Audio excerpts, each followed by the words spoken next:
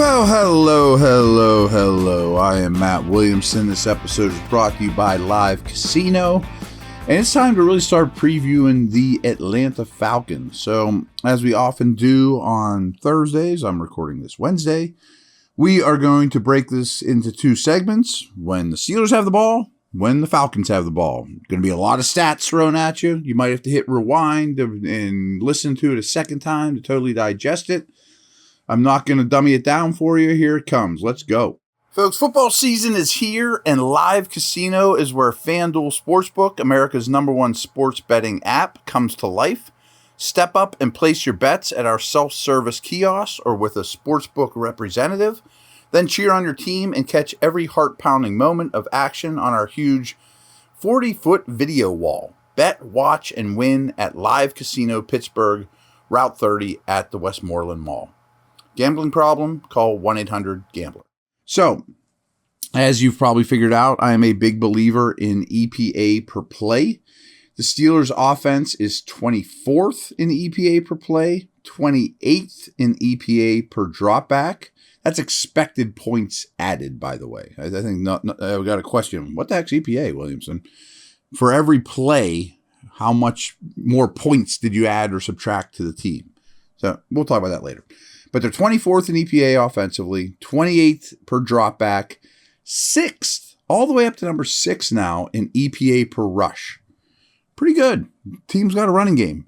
Side note, my article just went up this week, and it leads off, I'll just tease it a little bit, with the Steelers now have a running game. So go check it out. Leave me a comment.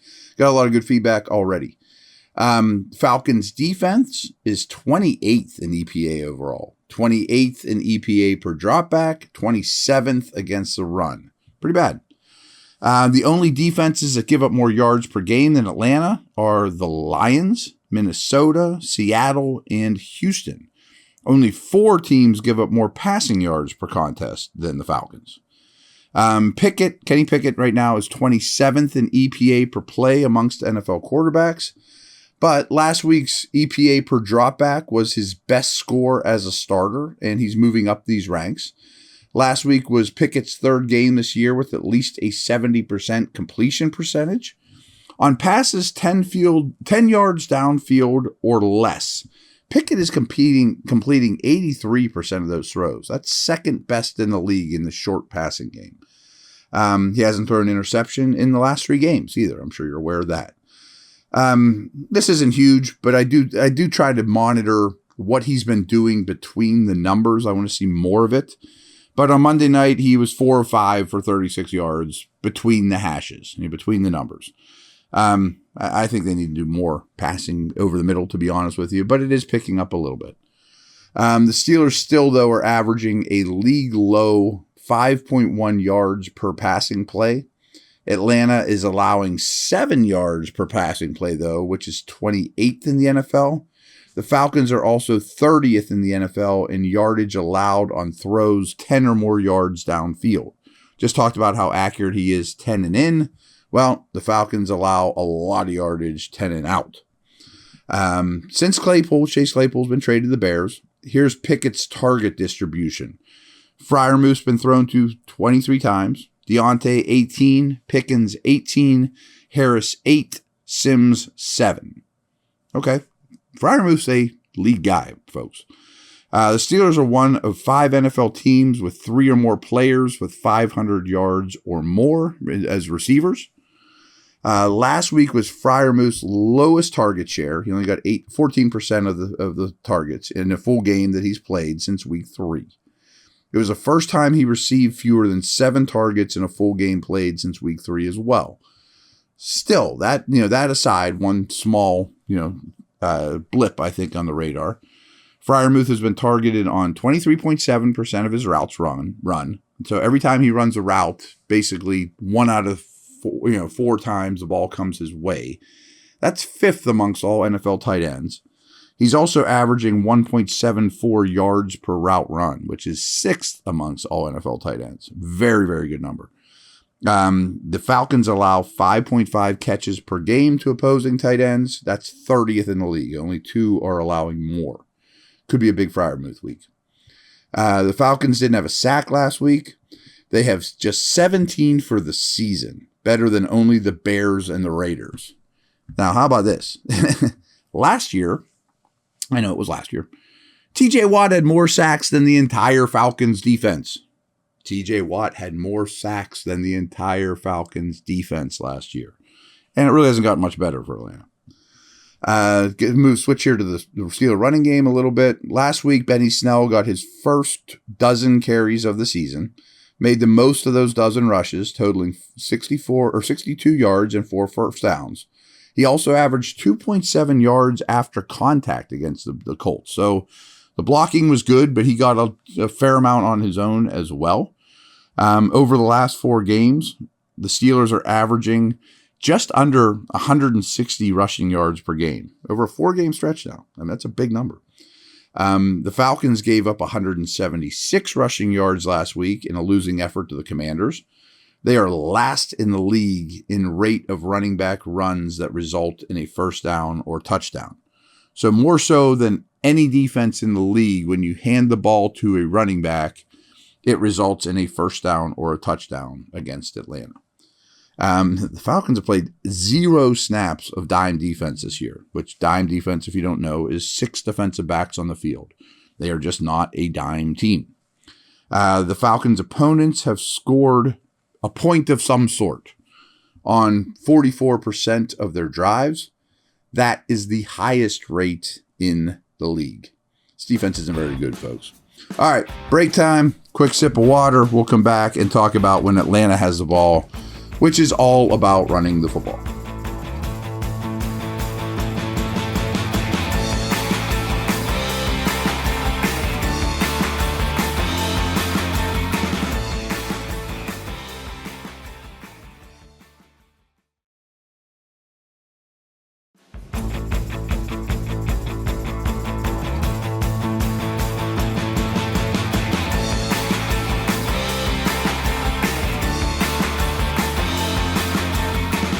All right, we are back. So EPA per play. Overall, the Falcons are 14th in EPA per play. They're 19th in EPA per dropback, 5th in EPA per rush. Okay, I mean, that adds up. They are a good running team, and they're very dedicated to it. Steelers defense is 22nd overall in EPA, 24th against the pass, 16th against the run. On early downs, the Falcons throw the football, in early downs, I mean first and second down, just under 40% of their snaps. That's the lowest rate in the league. The Bears are next lowest at about 42%, and there aren't any other teams that are at 44.5% or lower in terms of throwing on first and second downs. So just to give you some perspective, the Chiefs lead the league, or the highest percentage in the league. 66% of their early down snaps are passes, compared to 39 for the Falcons. This makes sense from Atlanta's perspective, as only the Eagles have a better EPA when running the ball on first and second downs. So they do it a lot. Everyone knows it's coming, but it's been successful. Overall, they are running the ball 56% of the time. That's the second highest in the league, not just early downs. This is a little surprising that Marcus Mariota is 17th in EPA. His legs certainly help that, and he is an efficient player. Again, this is efficiency. His average depth of target sits at 10 yards downfield. However, the past 2 weeks, his average depth of target has been 5.6 and 6.3 yards past the line of scrimmage, much shorter. Over the last 4 weeks, he's averaging just 6.3 yards per pass attempt, too. So they have not been efficient through the air at all over the last month. That's 27th in the league over that stretch. He also averages just 171 passing yards per game. That's 33rd of all 35 qualified quarterbacks. Only the Vikings and Titans are giving up more than the 263 passing yards per game that Pittsburgh is currently allowing. The Bears are the only offense producing fewer passing yards per game, though, than Atlanta. So Steelers give up a ton of yards through the air. The Falcons don't produce any yards through the air. Only Chicago and Atlanta are the only offenses in the league that have yet to produce a 250-yard passing game. It's pretty bad. Falcons didn't have Kyle Pitts last week, so they have had to change who's playing, target distribution, all that good stuff. But this is what they're doing at tight end. I mean, their snap counts last year at tight end, you may never have heard of any of these guys. Parker Hess has played 35 of a possible 57 snaps. Michael Pruitt played 32. Anthony Firkser played 22. So a bunch of no-names at tight end are playing meaningful snaps now. And they're a big double tight end set anyway. So all these guys played with Pitts. Now they're playing together. But stop me if you know a lot about Parker Hess, Michael Pruitt, and Anthony Firkser. The Steelers have only allowed 2 tight ends to score a touchdown this year. So they've been pretty good in that regard. So with Pitts out of the lineup last week, Cordarrelle Patterson's route participation really spiked. He's a running back, but they got to find targets somewhere. He was on a route 62% of Mariota's dropbacks and got 22% of the targets. That's a lot for a running back. For the season, though, he is at 29% of Mariota's dropbacks as opposed to 62% last week. And 6% target share as opposed to a 22% target share last week. So his snaps and touches have increased in 3 straight games now that he's back from his injury. And he's being used much more in the passing game than he was with Pitts in the lineup. I assume that will continue. Another name that probably a lot of you don't know, Olamide Zaccheaus. It's a wide receiver. He also got a big spike last week. He got a 35% target share. His share for the season is just 15% in terms of balls going his way. Now it was 35 last week. He leads the team in targets, but Drake London leads the Falcons in route share at 92%, which means he's running a route on 92% of their dropbacks, which is the highest in the amongst the Falcons. London, that is. Drake London, who I think is a very good young player, he has a 9-game streak with 40 or fewer receiving yards. That's criminal to me. Atlanta is one of 4 teams that doesn't have a pass catcher with at least 500 yards. Didn't I just mention the Steelers are one of the few teams that have 3? Atlanta doesn't have any that have 500 receiving yards.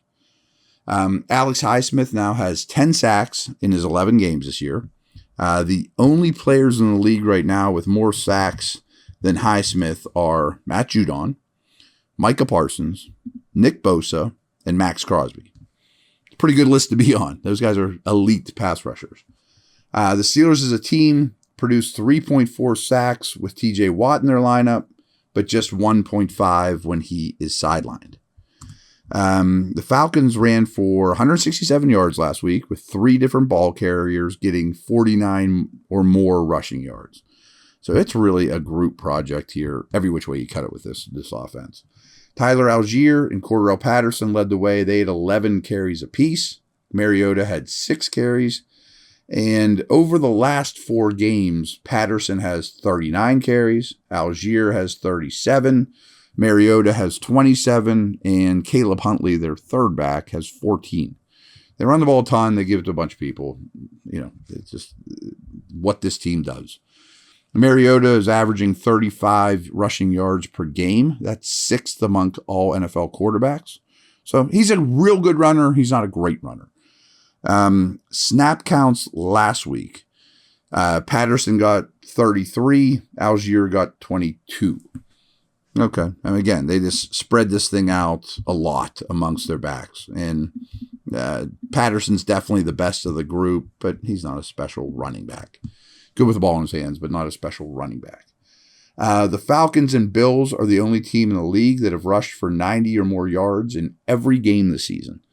Atlanta averages 160 rushing yards per game. That's 4th most in the league. They are also the only team in the league with 4 different players that have 300 or more yards on the ground. So, if you just remember from a couple minutes ago, they don't have anybody that has 500 yards, but they have 4 guys receiving, and they have 4 dudes with 300 or more on the ground. I mean, it's very obvious what this team is. The Steelers give up just 4.0 yards per carry. The only defenses better are the Titans, Ravens, Colts, Rams, and Niners. Just 5 defenses allow fewer rushing yards per game than the Steelers. Falcons average 160 rushing yards per game. Only the Bears, Ravens, and Eagles produce more yardage on the ground. Basically, that's where this game's going to be won or lost. Pittsburgh has given up 134.5 rushing yards per game with TJ Watt out of the lineup, and just 110 yards per game with him in the lineup.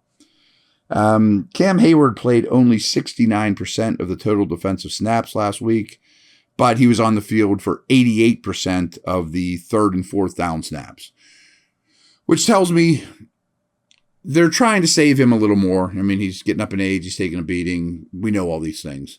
But I think they also trust the Loudermilks and Wormleys of the world a little bit more. And clearly they're using Hayward in high leverage situations. There's a plan in place here. I told you this last week or just a couple days ago, but I'm still kind of blown away by it, and I'm still putting it in my Matt stat packet. Devin Bush played 64 of a possible 64 snaps last week. Miles Jack played 69% of the defensive snaps.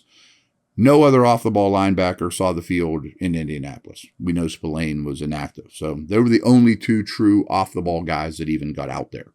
And Bush never left the field. Last nugget, the 4 games with Watt, the Steelers have allowed 20, 10, 37 against the Bengals, and now 17 points in those 4 contests. So 3 very good games in terms of points allowed, and the Bengals game, which that's a really good offense. So that's a wrap. That's offense and defensive previews for this upcoming week. And tomorrow we'll break down some individual matchups. I got a bunch of general nuggets, special team thing here and there as well. Over and out.